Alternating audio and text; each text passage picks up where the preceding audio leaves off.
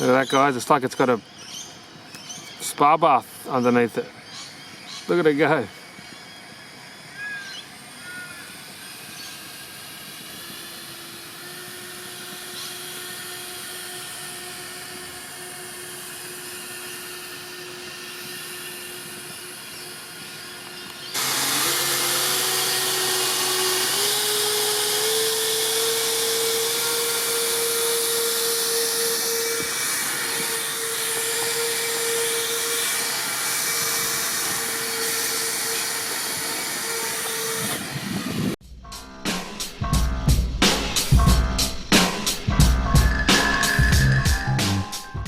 Alright, quick unboxing of it. ZUBR, Zuba Class LC AC. Basically, it's a massive hovercraft. Now it says here the Bison level air cushion landing warship. Name in the NATO's report. Pomonik, not too sure, Pomonik, is a kind of air cushion landing craft. The military air cushioned warship is the largest around the world as of 2012. So, pretty cool. If you are into hovercrafts, all that kind of stuff, I guess you would love this. It's got a lot of specs and stuff here. I'm just reading here. The Bison is equipped with a 10,000 horsepower high temperature gas fired boilers. So not too sure how correct this is. Probably just a cut and copy straight from Wikipedia. But let's get into pretty cool stuff here now. First time I've got a hovercraft, I guess. I've seen some videos of this guy already on the interwebs. Doesn't go that good on the water, but we'll soon find out. It's a 1 to 110 scale. 100 to 110 scale crawler. I don't think it's a rock crawler, but you know, you never know.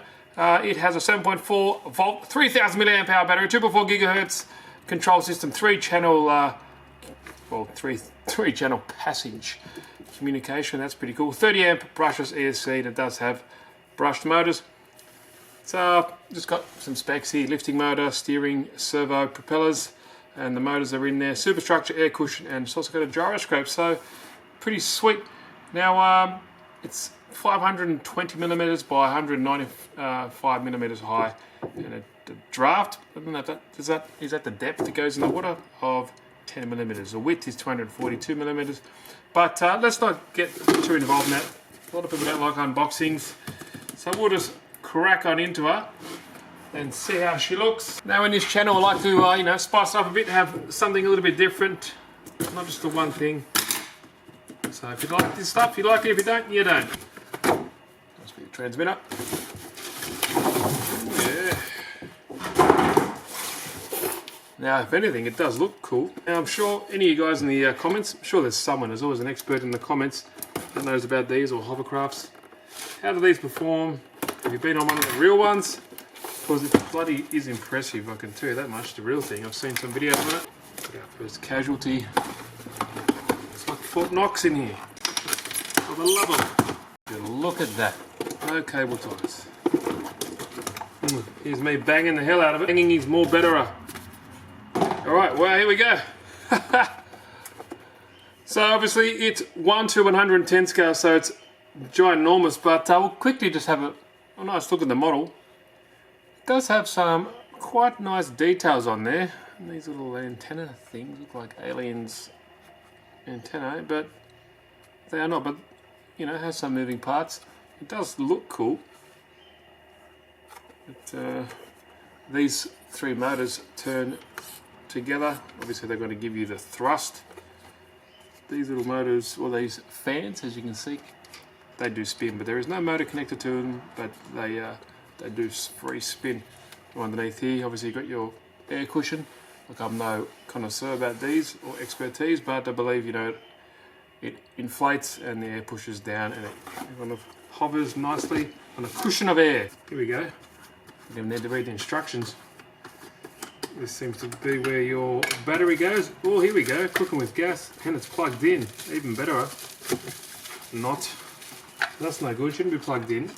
Let's have some accessories here. The ladder. And whatever that is. The battery that we get is soft pack. It's not a 3000, it's a 4,500 milliamp hour LiPo. So that's interesting. The LiPo is plugged in. Let's just get this checker and see if it actually zapped all the charge out. And it does, see? That's why you never leave a LiPo plugged in. So a bit of a fail there. Hope the guys are watching. You never leave a LiPo plugged in because that is now a paperweight. A rather shit paperweight. This came off somewhere. We'll find out where that goes, or don't even bother because they're probably going to send it. And we also get here some nice stickers. So we've got some American stickers there, and Chinese, and some other. They look pretty good. Zuba class LC AC. So quite nice there, legible. So little fire extinguishers. So you want to jazz it up a bit. More stickers, different flags, different countries, because it does have this. You can see like the whole row of different flags there, and that's what that's going to be using. You know, tying or doing that the detail, but I'm not going to be using that. That's some new floss for my teeth. Okay, here's the manual. So I believe, where is the manufacturer? This looks like HG, or it doesn't say here, but pretty cool. Here we go, the instruction manual, because that definitely looks like HG or HP. I'm not sure of the brand name, but it looks very similar to another model that I've seen. Gives you instructions here how to turn it on and what to do. I'll read it off camera so it doesn't bore the hell out of you, but it seems like it's got the same type of control, left, right, forward, backwards, as a car. So basic stuff here. Debugging the load of hovercraft. There are 3 gears that can be selected. 3 gears on the remote controller: 50, 70 and 100% lifting force. So interesting. And it gives you a rundown of how to put all the stickers on. And I just saw where this guy goes. Right there. Okay, last but not least, what do we have here? Here's your controller. And this looks very similar to the model, the one that made the Bruiser, the Tamiya clone. And here we go. There's your controller. Basic stuff, very transformerish. You know, it looks cool. You know, it is what it is. So this must be the lifting force, 50, 75, 100. But I'll prove myself right or wrong later on. But 4 AA batteries, which is good, and your charger, basic, it charges via the balance lead on your charger, just like that. If you have one hobby grade, you're not going to be using this, and I'll be chucking that straight in the bin. But let's get this set up, and enough of that, let's see how it actually performs. Okay, now just plug the battery in, put 4 AA batteries in here, obviously.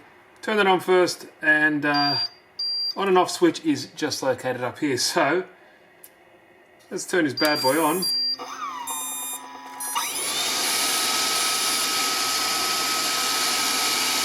Awesome. So there's a lifting motor obviously in there, and that's the one in the box. As you can see, it's just floating around.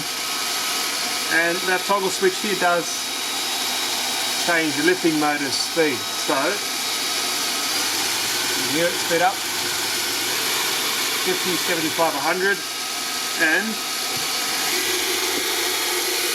you can see these motors here. Well, not motors, they're just spinning.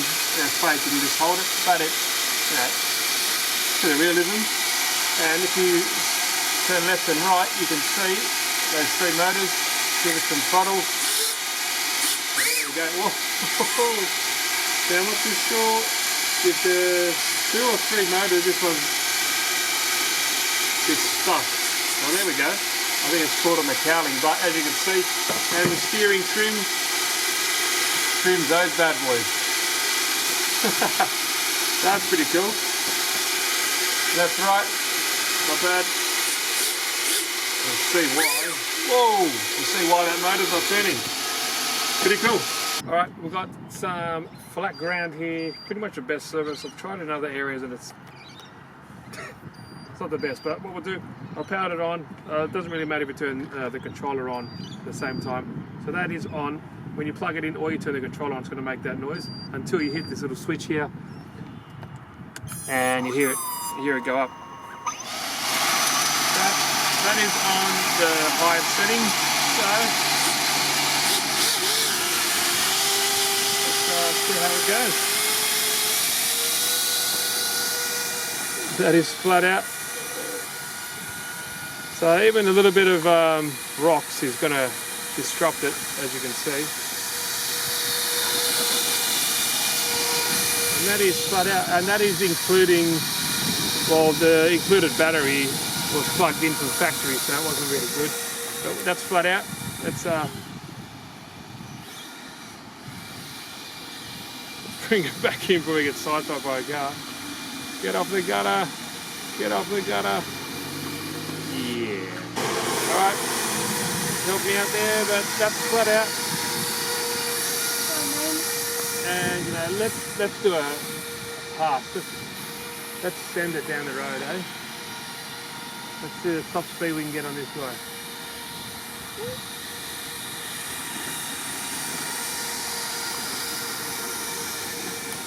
Oh, drift. Didn't work. So that's flat out. Now the battery, I think it's over 4,000 milliamp that you get with it. But as you can see, this guy is pretty much, I think, only about 2,500, but it's the same C rating and all that kind of stuff. And what I do, I show you, that is in reverse. Seems to be going quicker in reverse, but yeah, I don't really know. Why don't we switch the throttle to reverse? Yeah, it doesn't make a difference. It's the same speed. Now, I've shown the switch here.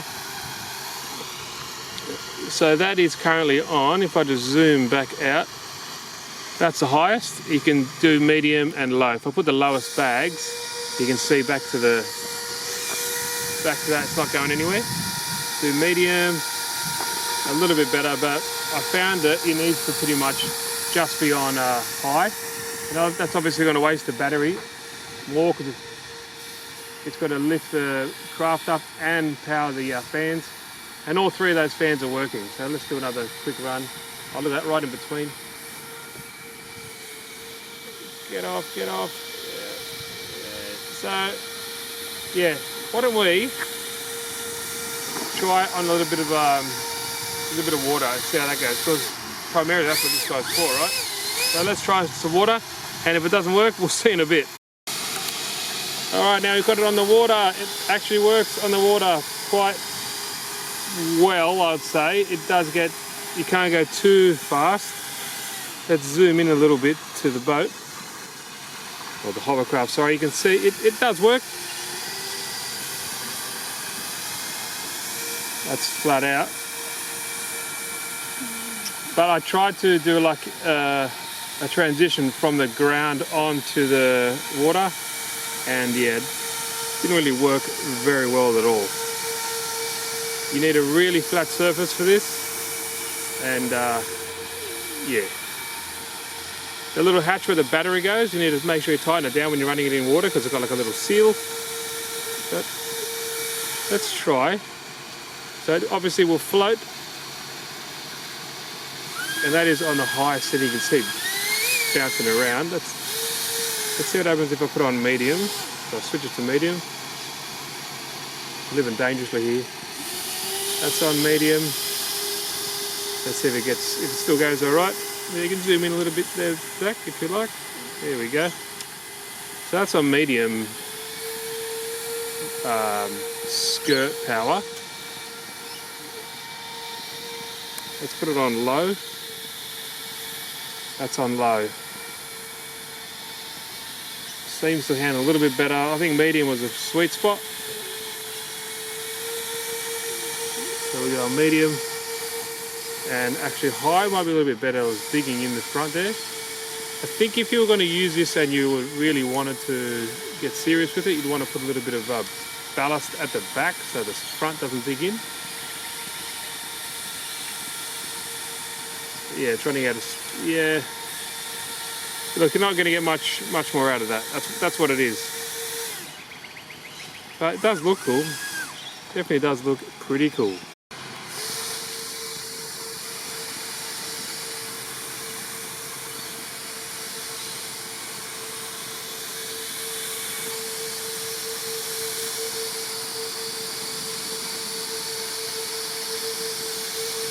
Alright guys, now that was a running video for this unique hovercraft based on the real thing.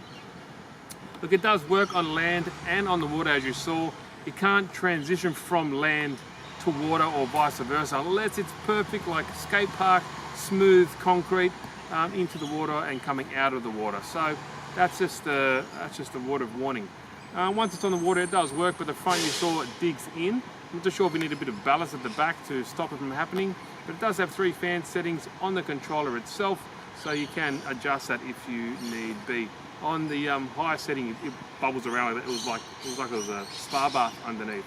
But it does have also these 3 fans work at the back. They do propel the craft forward and backwards, all proportional. It does come with a 4,500 milliamp hour 2-cell battery, but mine was dead on arrival because it was plugged in. That's the word of warning. I hope if the manufacturer is watching, please, that shouldn't happen because it's a LiPo as well, and things can go bang. But apart from that, it does work. It does look really cool. If you just put this on the shelf, it would look nice as a model because it is scaled down to the T. I'm not a hovercraft aficionado, but I think it does look pretty cool. So just make sure that you know, it does work.